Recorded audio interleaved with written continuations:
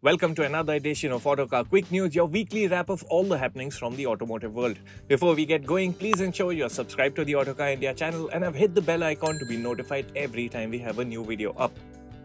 We'll start the week's news with BYD. The Chinese car maker has launched the highly acclaimed Seal electric sedan in India with prices ranging from 41 lakh rupees for the entry-level dynamic variant to 53 lakh rupees for the top-spec performance AWD variant. The electric sedan follows BYD's Ocean Aesthetics design language and measures 4.8 meters in length, 1.8 meters in width, which makes it about the same size as a Mercedes C-Class. Some interesting details in the design include a coupe-like silhouette with an all-glass roof, ripple-shaped LED daytime running lights, flush-fitting door handles, a full-width LED light bar at the rear, and 19-inch rims with a petal-like design for the alloys. Things get a lot more interesting inside, with the center of attraction being a 15.6-inch touchscreen that rotates. The driver also gets a 10.25-inch digital instrument cluster, and there's head-up display as well.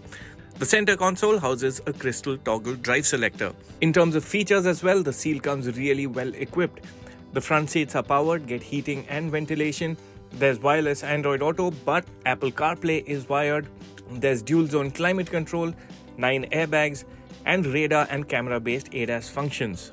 A flat floor is a highlight at the back, while the rear seats also get 60-40 split. Further back, there's a powered tailgate with 400 liters of space, and there's also a 50-liter frunk for extra storage up front.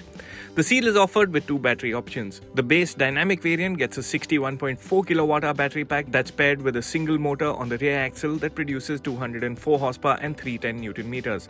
The dynamic variant is claimed to offer 510 kilometers of range on the NEDC cycle. The second battery option is the 82.5 kWh battery. On the premium version, range stands at 650 kilometers, while power and torque also rise to 312 horsepower and 360 Newton meters. The range-topping Seal performance stands out with its dual-motor all-wheel drive configuration and 530 horsepower and 670 Newton meter figures.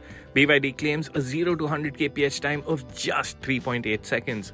The performance version also comes with the promise of 580 kilometers of range.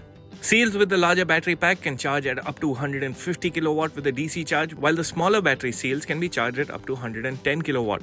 All versions support 11 kW AC charging as well and feature vehicle-to-load tech that enables the car to power connected appliances. BYD has commenced bookings for the Seal for a token amount of 1.25 lakh rupees. The car maker is providing an 8-year 160,000 km warranty on the battery and an 8-year 150,000 km warranty on the motor and motor controller unit. Among the BYD Seal's chief rivals in India is the Hyundai Ioniq 5, the updated version of which just made its global debut. The update brings in a larger 84 kWh battery pack option, though the updated range figure hasn't been announced. Hyundai's EV also benefits some minor cosmetic tweaks, though some changes have functional use too. The rear spoiler has been widened by 50mm, while a rear wiper has been added as well. On the inside, the Ioniq facelift cabin gets more physical buttons, which are essentially shortcuts to the most frequently used functions such as first-row heating and ventilation, the heated steering, park assist functions, and more. The wireless charging pad has been moved for better accessibility, and the new steering features interactive pixel lights. In addition, the infotainment gets over-the-air updates. There are more safety features. The brand has reinforced the doors and B-pillars and increased body stiffness as well. The updated Ioniq 5 will make its way to India, though a few months down the road at the very earliest. The Hyundai Creta N Line goes on sale on March 11, and the last set of teasers before launch gives a look at the model's interior. Far removed from the lighter colors in the standard Cretas, the N Line gets a sportier all-black theme with red accents around the dual infotainment screens, the dashboard insert on the passenger side, and seats adding vibrant contrast. Other N-Line specific updates include a new 3-spoke steering wheel, metal pedals, a new gear lever with N badging, and red interior ambient lighting. Features-wise, the Creta N Line will pack in all that's offered on the top-spec Creta SXO, such as the dual 10.25-inch screens, panoramic sunroof, ventilated front seats, powered driver's seat, ADAS suite, connected tech, dual-zone climate control, Bose sound system, and more. As is known already, the Creta N Line will share its 160 horsepower, 253 Newton meter, 1.5-litre 4-cylinder turbo petrol engine and 7-speed dual-clutch transmission with the standard Creta. However, a 6-speed manual transmission will also be offered with the N Line. As is typical to N Line models, the Creta N Line will also get a retuned suspension, a reworked steering, and a sportier exhaust with twin tips. Sticking with Hyundai, the Korean brand has launched an executive variant for the Venue priced at 9.99 lakh rupees ex-showroom. The executive trim is offered only with the 120 horsepower 1-litre turbo petrol engine and 6-speed manual gearbox combo. The 9.99 lakh rupee price makes it about 1.7 lakh rupees more affordable than the Venue SO with the same engine and gearbox. On the outside, details such as 16-inch dual-styled wheels, dark chrome on the front grille and an executive badge on the tailgate and roof rails mark this variant apart. On the inside, the Venue Executive gets a decent feature list, including 2-step reclining rear seats, an 8-inch infotainment touchscreen, wireless Android Auto and Apple CarPlay, a digital instrument cluster, cruise control, rear AC vents and a wiper. Hyundai has also taken the opportunity to upgrade the Venue SO Turbo variants. The SO Turbo gets a 6-speed manual and 7-speed dual-clutch auto options priced at 10.75 lakh rupees and 11.86 lakh rupees respectively. This variant now gets additional features and headlining the list is a sunroof. MG has also added a new variant to its ZS EV lineup. The new ZS EV Excite Pro is priced at 19.98 lakh rupees ex-showroom India. This new trim costs about 1 lakh rupees more than the base ZS EV Executive variant but is priced 4 lakh rupees less than the new Exclusive Plus trim. While the exact feature list for the Excite Pro has yet to be revealed, a dual-pane panoramic sunroof is one of the features on board. MG has also revised the ZS EV's entire lineup. There are still 4 variants on offer, but the Excite trim has been replaced by the Excite Pro. The Exclusive has become the Exclusive Plus and the Exclusive Pro is now called the Essence. The features available on each trim are equivalent to the outgoing variants, with the top spec Essence getting kit like a 360-degree camera, a 10.1-inch touchscreen, wireless charger, a 7-inch digital instrument cluster and connected car tech. Safety features include ADAS, 6 airbags, ABS with EBD, ESC and more. All versions of the ZS EV continue with the same 50.3 kWh battery pack that enables an ARAI range of 461 km. The powertrain remains a front axle mounted 177 horsepower electric motor. MG has also enhanced the Comet, and the most crucial update this time around is the addition of a faster charging option. MG has also introduced a few new features for these variants, and the prices for the EV now range between 6.99 and 9.14 lakh rupees. The Comet was so far available in Pace, Play and Plush trims, which have now been renamed Executive, Excite and Exclusive respectively. It's the latter two that have been made available with the faster charging option. Charging capability has been up from 3.3 kW to 7.4 kW. The updated variants also get a few other major feature additions such as rear disc brakes, an electronic parking brake, ESC, hill hold control and a creep mode. Prices of the Executive and Excite trims remain unchanged from the previous Pace and Play trims, but the new Exclusive trim is 20,000 rupees pricier than the outgoing Plush trim. Notably, MG had recently slashed prices by up to 1.4 lakh rupees. As before, the Comet gets a 17.3 kWh battery with an ARAI certified range of 230 km. It gets a single electric motor on the rear axle that develops 42 horsepower and 110 Newton meters.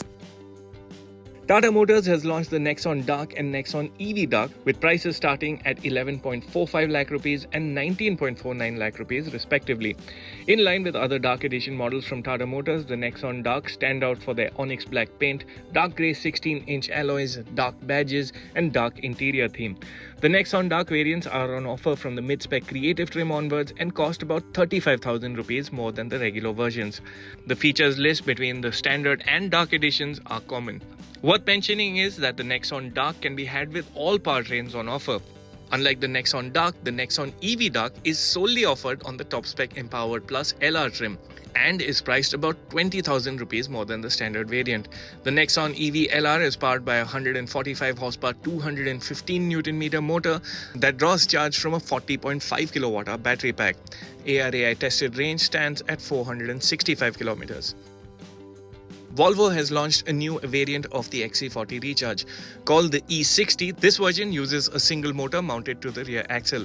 The model has been priced at 54.95 lakh rupees ex-showroom India and sits below the dual motor AWD XC40 Recharge E80 that's priced at 57.9 lakh rupees ex-showroom.